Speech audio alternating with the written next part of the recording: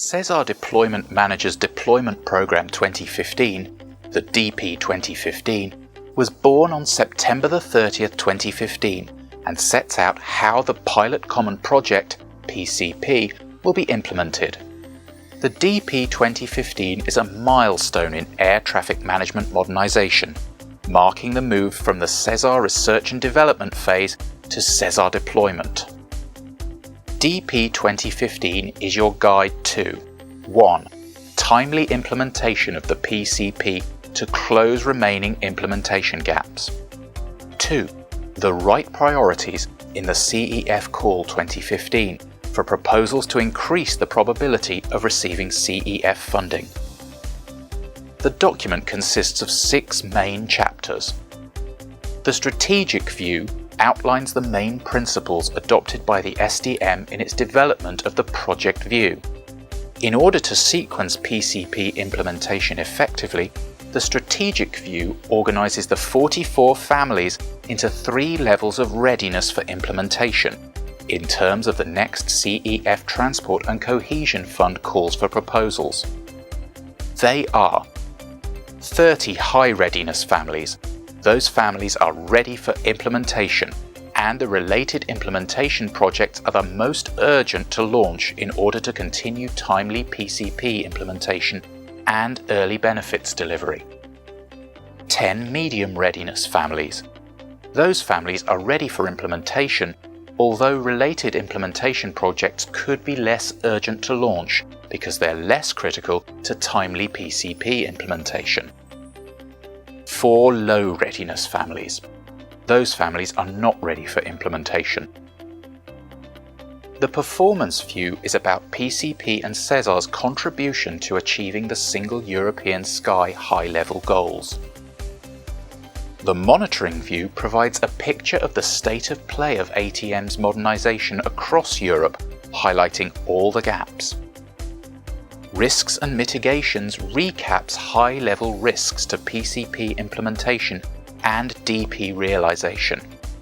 In this chapter, SDM also proposes related mitigation actions. Finally, the last chapter, towards DP 2016, looks ahead to the next iteration of DP, due to be published by 30th of September 2016, as well as anticipating further improvements in the next update of the DP, which will target the next round of CEF calls. The DP 2015 helps Europe close the gaps. The most crucial element of DP 2015 is the identification of not yet awarded implementation projects for each of the 44 families, so-called gaps that must be closed to fully implement PCP. The gaps are further broken down between activities relevant to the CEF Transport Call for Proposals or the CEF Cohesion Fund Call for Proposals 2015. The aviation sector can receive up to 650 million euros of co-funding when undertaking projects to fill the gaps. Gaps marked with N are critical to the performance of the entire ATM network. So this is where operational stakeholders are called upon to focus and ensure 1. You know what you are expected to implement to comply with PCP, and 2. Your investment plan is aligned with DP 2015 to ensure successful application to CEF Calls 2015. We will work together to fill the remaining gaps and ensure full PCP implementation. The DP 2015 is your opportunity to receive CEF funding. Co-funding for implementation projects is provided by the INEA. Stakeholders can apply for CEF funding and receive up to 50% of their investments, and even 85% in case of investments eligible for cohesion funds. As a first supporting step through the DP 2015, SDM has set out all the priorities for the CEF Calls for Proposals 2015. Next, SDM will guide you through the funding application process by providing all the necessary tools and support. This deployment program has been created to lead investment plans by both civil and military European air navigation service providers, airports and airlines, and will provide Europe with a safe and efficient continental air transport system. With the DP 2015, the industry has the unique chance to deliver an efficient ATM system under its own leadership. Cesar Deployment Manager, let's deliver together.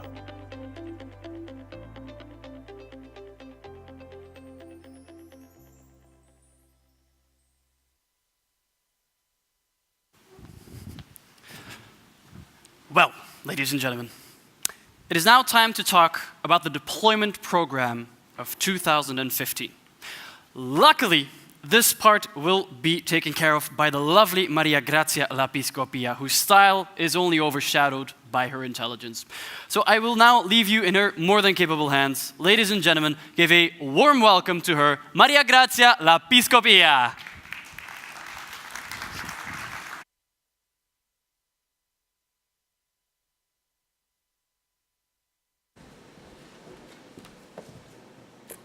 So, good afternoon, everybody. I think the video was quite exhaustive, but I would like to go a little bit more into the detail of Deployment Program 2015 to better guide all of you preparing your proposals. So, what is DP 2015? DP 2015 is the project view of the pilot common project. It is a living document that will be updated every year. And it is to be considered by all the operational stakeholders as the driver to update your investment plan, the ATM technological part of your investments.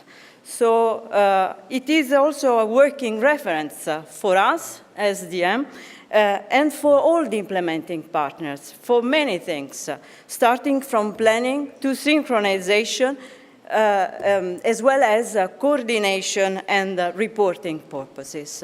Another important pillar of the program is the performance policy of SDM.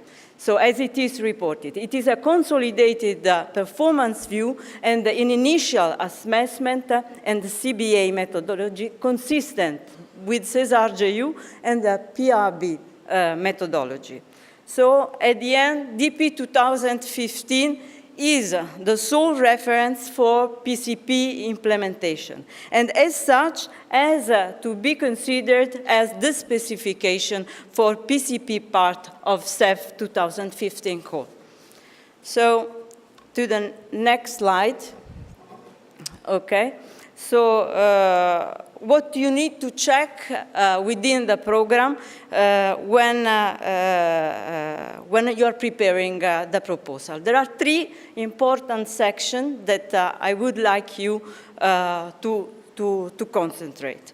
So I will go later into the details, but the first one is to look, you have to look at the family description. It is in the chapter 3 of the project view. The second important topic is the list of gaps. You can find the list of gaps both in chapter 3 and as well in chapter 5 in the monitoring view. And then the third important thing you have to look at is the sequencing of families that is in the strategic view of chapter 2. So now, going a little bit more into the detail of the first important item you need to consider is the family description. What you will find in the family description, you know that the PCP has been, let's say, articulated in 44 families in order to facilitate your analysis and also to catch up which has to be implemented by when. So in total, in the program, we have 44 families. And you need, when you go through the analysis of each of the family, and preparing your project, look at the readiness of the families, the readiness of implementation. It is an important factor because, of course, the high-level readiness families are the ones that need to be prioritized to ease the deployment of pilot common project. You have, of course, to look at the description of the family because in the description of the family, there are the requirements, what is needed by you to be implemented and how. A look also at the list of stakeholders is very important. It's very important because you can recognize yourself in the list of stakeholders, but you can also check if there are other stakeholders that are foreseen for that implementation and eventually contact them to prepare a joint project. Some indication from SDM on this can also be found in the part, in the field of the family that is linked to the need of synchronization or the specific recommendation. Another important topic that you need to look at in the family description is the list of all the available means of compliance, as well as the specification and industry standards.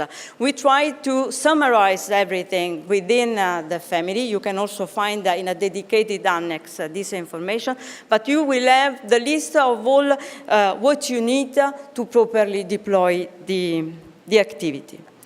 The second important thing that you have to look at is the list of gaps. Being a gap, it means that you are the ones that have to implement that activity. So the first thing to do is to see and to check if you are among the list of gaps, because DP 2015 is able to provide really a snapshot of the current PCP implementation status. And this was thanks to you and to your support, because when building the program, you were consulted and a good feedback was received by you on this. So you will find the description on the gaps both in chapter 3, where you have the complete, let's say, list. So if you have implemented, not implemented, you are implementing, but the implementation is not there yet. But in chapter 5, in the monitoring view, the list of gaps has a different granularity, and it's helpful because you can see what is the real status of implementation, if the implementation is in progress, is planned, or is already completed. So this is important for you to check because this is, let's say, a way to highlight the fact that your proposal is needed or not.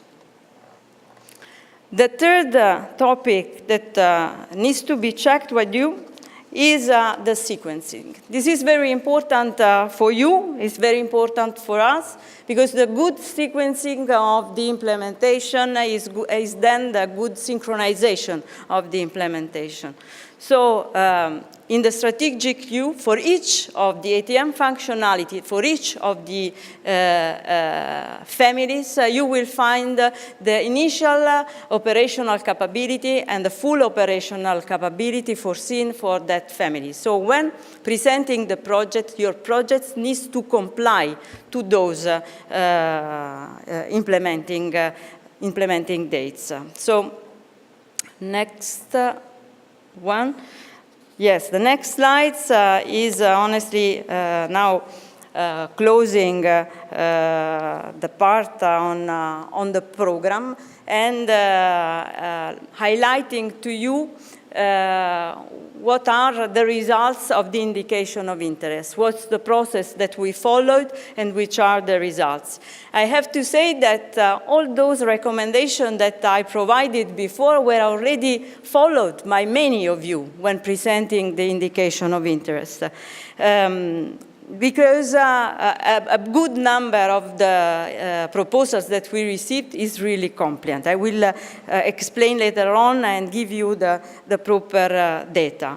But the purpose of putting in place this process in terms of call for indication of interest the purpose was to really support the stakeholders by providing then some guidelines to raise the quality of your future proposal. Of course, was a way for us to check if there is a convergence between the project and the pilot common project and the deployment program. Let's say, have a snapshot in order to trigger when it is when we do not receive an indication of interest, that there is a gap in a certain area. And it's also a way to foster cooperation among stakeholders, to enable defragmentation, as I said before, and so enable a proper PCP deployment. The call for interest process is now closed. What the DM will do afterwards will be to provide to you by the 6th of November some guidelines and suggestions for that you can use for the upcoming submission of candidate projects for CEF Call 2015. So some suggestions that will be really helpful for you to put in place the project. So let's start sharing some data on the indication of interest, and let's tell you really thanks for all the work you did and for the feedback you provided to the SDM.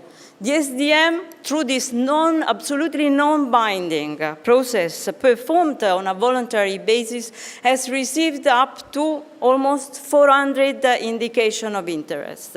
So this is a great result. It's a great result for many reasons and a clear signal that CESAR deployment phase has successfully started and that operational stakeholders are now engaged and involved in the overall process.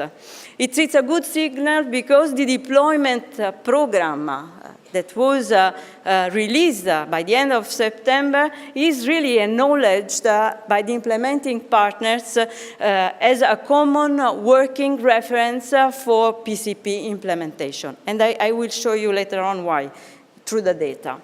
And of course, the last important factor is that operational stakeholders are ready now to invest into ATM modernization and recognize that CEF funding is a crucial support towards the implementation.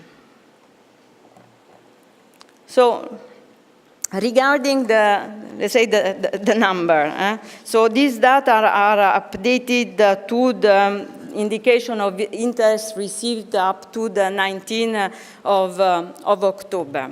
As you can see, as I said to you before, many of those that presented indication of interest were already aware of the main principle to draft a correct proposal, because almost the 52%, so 196 proposals, are within the PCP scope. Just, let's say, a short a percentage that is around the 80%,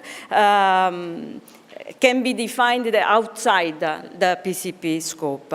For the rest, so around the 40%, 151 indication of interest received, we believe there is the need of having more information and more time for SDM to provide the right information and feedback to the stakeholders. So, a bit more into the detail, you can see that from the indication of interest that were retained good and in line with the PCP scope, so 196, 122 are really ready to become a candidate project. For 43 projects, we will suggest to merge some initiative. This is important because through this merging of initiative, we can synchronize the implementation better from our side and facilitate you towards this goal. And the 31 proposals really need minor updates. Minor updates can be linked to the dates of implementation, can be linked to the family of implementation, so different association of the projects to the family will be suggested by us. So regarding the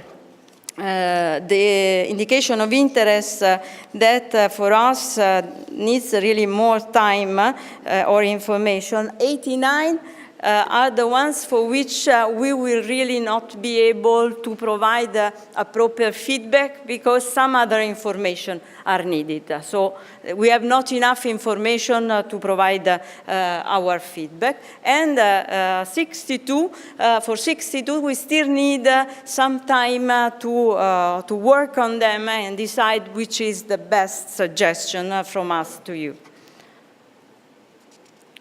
So I will close my intervention now. I tried to be as quick as possible, considering that also the previous presentation was very, very important, but also quite dense of information.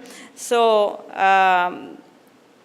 DP 2015 is the basis is to be considered as the basis for the sequencing of full PCP implementation. So you need to know that full PCP implementation is supported and will be supported by EU funding through a series of calls. And that the SDM, with taking its responsibility to fully implement the pilot common project, has as a priority, we support the stakeholder and will support the stakeholders to sequence the implementation of these activities on the basis of technical content included in DP 2015. That's why I stress again the need to look at it and to look in the details, because it will be very important for us in terms of sequencing that your project is somehow aligned with the family readiness of implementation. So the priority is for the families that are considered with a high readiness implementation. It's important also that you take into consideration the planning of activities of your projects and the matching with the planning as it is reported in the program. And of course, it will be also very important the coverage of network relevant gaps. You will see that some of the gaps have an N. That N means as a strategic project in terms of performance impact on the network. So I close now. Thank you very much for your attention.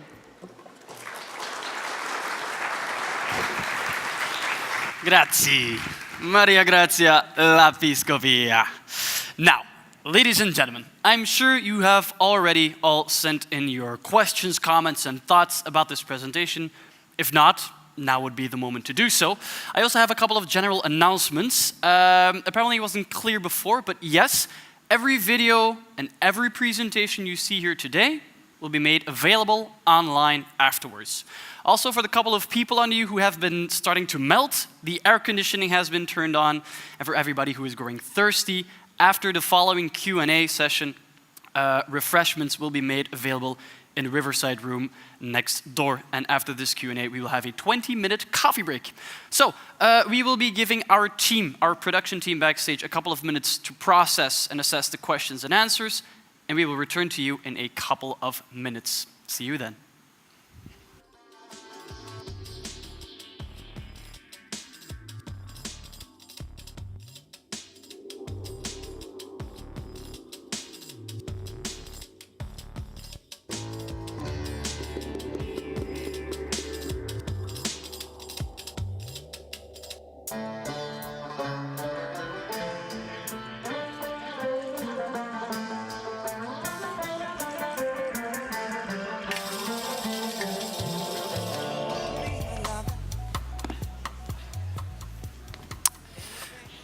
Well, ladies and gentlemen, as you probably all know, communication is a two-way street.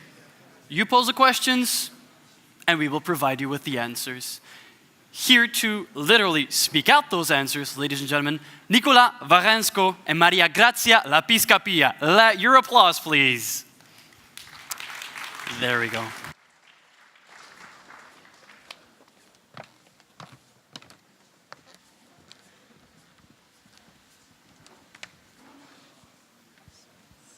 So again, back on stage to answer some more questions. We are approaching 100 questions.